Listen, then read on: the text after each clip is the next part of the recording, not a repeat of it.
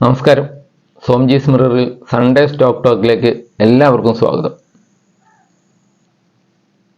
ട്രംപിൻ്റെ താരിഫ് ഭീഷണിയിൽ അങ്ങനെ നിൽക്കുകയാണ് മാർക്കറ്റ്. 25% താരിഫ് ഏർപ്പെടുത്തുമെന്ന് യഥാർത്ഥത്തിൽ വിപണി പ്രതീക്ഷിച്ചിരുന്നില്ല. ഇന്ത്യയും US-ഉമായിട്ടുള്ള റിലേഷൻഷിപ്പിൻ്റെ ബലത്തിൽ, അല്ലെങ്കിൽ മോദിയും ട്രംപുമായിട്ടുള്ള റിലേഷൻഷിപ്പിൻ്റെ ബലത്തിൽ കുറഞ്ഞ താരിഫ് ആയിരിക്കുമെന്ന് എല്ലാവരും അസ്യൂം ചെയ്തു. അതിന് ഘടകവിരുദ്ധമായിട്ടാണ് ഇങ്ങനെയൊരു തീരുമാനം ട്രംപിൻ്റെ ഭാഗത്തു നിന്നുണ്ടായത്.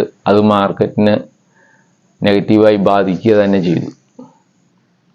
പെട്ടെന്ന് ഒരു കരകയറൽ ഉണ്ടാകുമെന്ന് പ്രതീക്ഷിക്കാനാവില്ല. കാരണം ആഗസ്റ്റ് 25-നാണ് ഇനി അടുത്ത ട്രേഡ് ടോക്കുകളെല്ലാം പറഞ്ഞിരിക്കുന്നത്. 25-ാം തീയതി അമേരിക്കയിൽ നിന്നുള്ള പ്രതിനിധികൾ ഇന്ത്യയിലെത്തുമെന്നും ഒക്കെയാണ് പറയുന്നത്. അപ്പോൾ ചുരുങ്ങിയ കാലം കൊണ്ട് മാറ്റങ്ങൾ ഉണ്ടാവാനുള്ള സാധ്യത കുറവാണ്. പക്ഷെ നമുക്കൊന്നും പറയാനും പറ്റാത്ത ഒരാളാണ് ട്രംപ് എന്ന് പറയുന്നത്. അദ്ദേഹം എന്ത് തീരുമാനിക്കുന്നുവെന്ന് ആർക്കും ഒരു നിശ്ചയവുമില്ല. US-ൻ്റെ സമ്പദ് വ്യവസ്ഥയ്ക്ക് ഇത്തരം താരിഫുകൾ എങ്ങനെയായിരിക്കുമെന്നൊക്കെ ആളുകൾ ചിന്തിച്ചു തുടങ്ങിയിട്ടുണ്ട്. അതിനെ നെഗറ്റീവായി ബാധിക്കുമെന്ന് തന്നെയാണ് എല്ലാവരും കണക്ക് കൂട്ടുന്നത്. അതെന്തുമാകട്ടെ, ഇന്ത്യൻ സമ്പദ് വ്യവസ്ഥയിൽ എങ്ങനെ ബാധിക്കുമെന്ന് എല്ലാവരും വിശദമായി ചർച്ച ചെയ്യുകയുണ്ടായി. കഴിഞ്ഞ ദിവസങ്ങളിലൊക്കെ മാധ്യമങ്ങളിൽ ഇന്ത്യയിലെ സമ്പദ് വ്യവസ്ഥയെ എങ്ങനെയാണ് ബാധിക്കുക എന്ന് എല്ലാവരും ചർച്ച ചെയ്യുന്നതായിട്ട് കാണാൻ കഴിഞ്ഞു.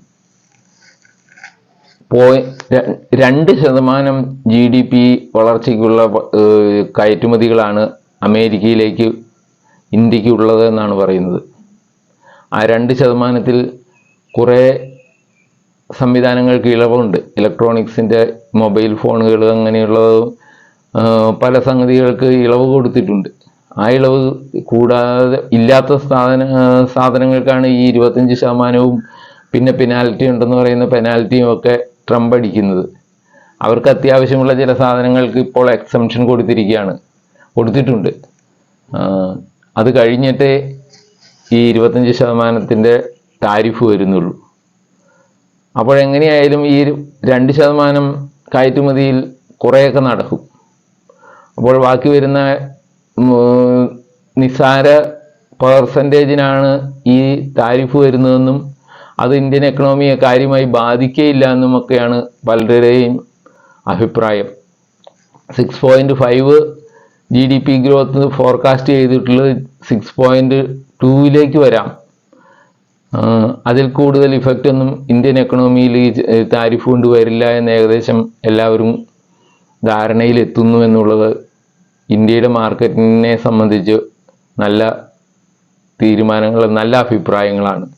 അതുകൊണ്ട് അത് പോസിറ്റീവായി ബാധിച്ചു തുടങ്ങുമ്പോൾ പിന്നെ ഒരുപാട് താഴേക്ക് പോകാൻ ഇന്ത്യൻ മാർക്കറ്റിന്, അല്ലെങ്കിൽ ഇന്ത്യൻ സ്റ്റോക്ക് മാർക്കറ്റിന് കഴിയുമെന്ന് തോന്നുന്നില്ല. കാരണം ഇപ്പോൾ താരിഫിലൊരു തീരുമാനമെങ്കിലുമായി ആ സ്റ്റെബിലിറ്റി മാർക്കറ്റ് ഇഷ്ടപ്പെടുന്നുണ്ടാവും. അപ്പോൾ ഈ നിൽക്കുന്ന ഇടത്തിൽ നിന്ന് 24,500-ൽ നിഫ്റ്റി 500-ന് മുകളിലാണ് നിഫ്റ്റി നിൽക്കുന്നത്.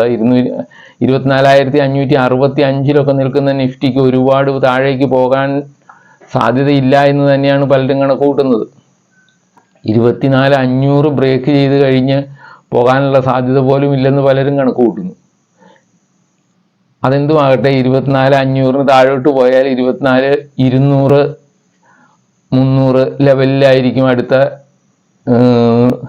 റെസിസ്റ്റൻസ് ഉള്ളത്, സപ്പോർട്ടുള്ളത്. ആ സപ്പോർട്ടൊന്ന് കടന്ന് പോയി കഴിഞ്ഞാലാണ് വീണ്ടും അടുത്ത ലെവലിലേക്ക് 24-ലേക്കും ഒക്കെ എത്തുകയുള്ളൂ. അങ്ങനെയുള്ള സംഭവങ്ങൾ ഉണ്ടാകാൻ സാധ്യത ഇപ്പോഴില്ല എന്ന് തന്നെയാണ് എല്ലാവരും കണക്ക് കൂട്ടുന്നത്.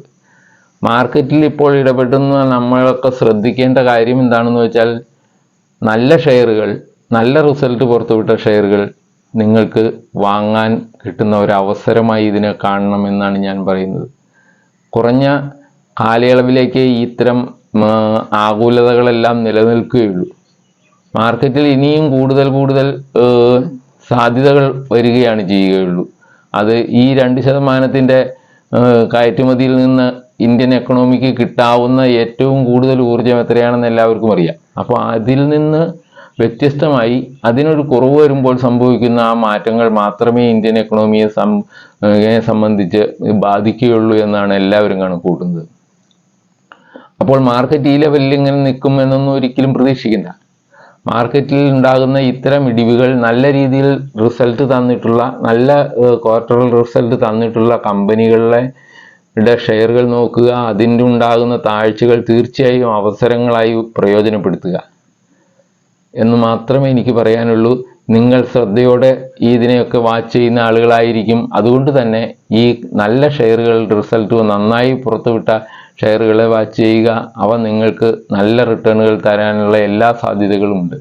ഇൻഫോസിസ് ഈ ബ്ലൂ ചിപ്പ് ഷെയറുകളിൽ അല്ലെങ്കിൽ ലാർജ് ക്യാപ് ഷെയറുകളിലായിരിക്കാം ഏറ്റവും കൂടുതൽ ചലനങ്ങൾ ഇത് കഴിയുമ്പോഴാണെങ്കിലും ഉണ്ടാവുക. ഇൻഫോസിസ് നല്ല റിസൾട്ട് പുറത്തുവിട്ട കമ്പനിയാണ്. നമ്മൾക്കെല്ലാവർക്കും അറിയാവുന്ന ബാക്ക്ഗ്രൗണ്ടും ഉള്ള കമ്പനിയാണ് ഇൻഫോസിസ്. അതുപോലെ തന്നെ കോഫോർജ്, മിഡ് ക്യാപ് ഓഹരികളിൽ കോഫോർജിന് നല്ലൊരു സാധ്യത എല്ലാവരും പ്രവചിക്കുന്നു. അതിൻ്റെ റിസൾട്ട് നല്ല റിസൾട്ടായിരുന്നു. ട്രാൻസ്ഫോമേഴ്സ് ആൻഡ് റെക്ടിഫയേഴ്സ് എന്നും പറഞ്ഞ് ഇലക്ട്രിക്കൽസിൽ ഒരു കമ്പനിയുടെ പേരെല്ലാവരും പറയുന്നുണ്ട്. അത് നല്ല റിസൾട്ട് പുറത്തു വിട്ടിട്ടുണ്ട്. അതിൻ്റെ ഷെയറൊക്കെ വാല്യൂ ഒക്കെ നേരത്തെ ഉയർന്നു പോയ ഏറ്റവും ഹൈയിൽ നിന്ന് ഏകദേശം 30% താഴെ കിടക്കുകയാണ് ഇപ്പോഴും. ആ കമ്പനിയെ ശ്രദ്ധിക്കാവുന്നതാണ് ഇലക്ട്രിക്കൽസിൽ. അങ്ങനെ നോക്കുമ്പോൾ നിങ്ങൾക്ക് ശ്രദ്ധിക്കാവുന്ന കമ്പനികൾ വളരെയുണ്ട്. ഓട്ടോമോട്ടീവ്സിൽ എം&എം നല്ല റിസൾട്ടുകൾ പുറത്തുവിടുന്നു.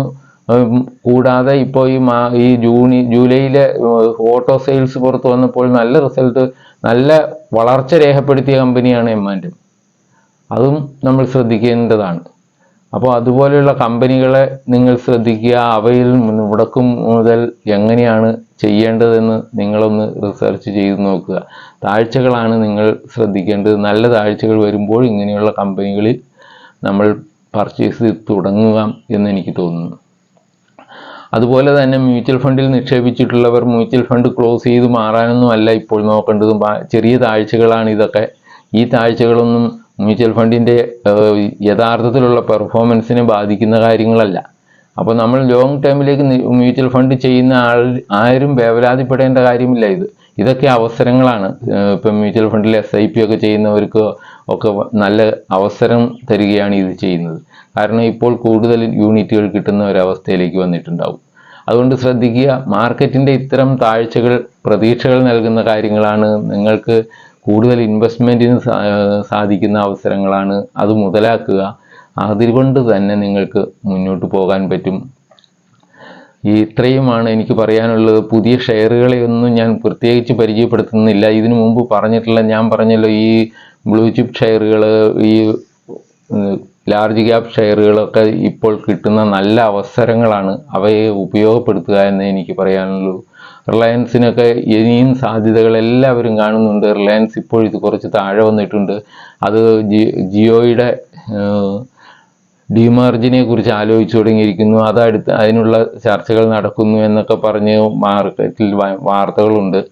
5% ഷെയറാണ് അവർ മാർക്കറ്റിൽ വയ്ക്കുക. അപ്പോൾ അതുകൊണ്ട് അത്തരം ഷെയറുകളിൽ വീണ്ടും ശ്രദ്ധ വരും ആളുകളുടെ. അതിനെയും നിങ്ങൾക്ക് പ്രതീക്ഷയോടെ നോക്കാവുന്ന കമ്പനി തന്നെയാണ്. ഓക്കെ, വീണ്ടും കാണാം. എന്നെ ശ്രവിച്ച എല്ലാവർക്കും നന്ദി. അടുത്ത ഇത് കാണുന്നതുവരെ നമസ്കാരം. എന്നെ സഹായിക്കുന്ന എല്ലാവർക്കും അഭിനന്ദനങ്ങൾ, നന്ദി രേഖപ്പെടുത്തുന്നു. നിങ്ങളുടെ സഹകരണമാണ് എൻ്റെ ശക്തി. സബ്സ്ക്രൈബ് ചെയ്യാനും ലൈക്ക് ചെയ്യാനൊന്നും മറക്കാതിരിക്കുക. Thank you. വീണ്ടും കാണാം.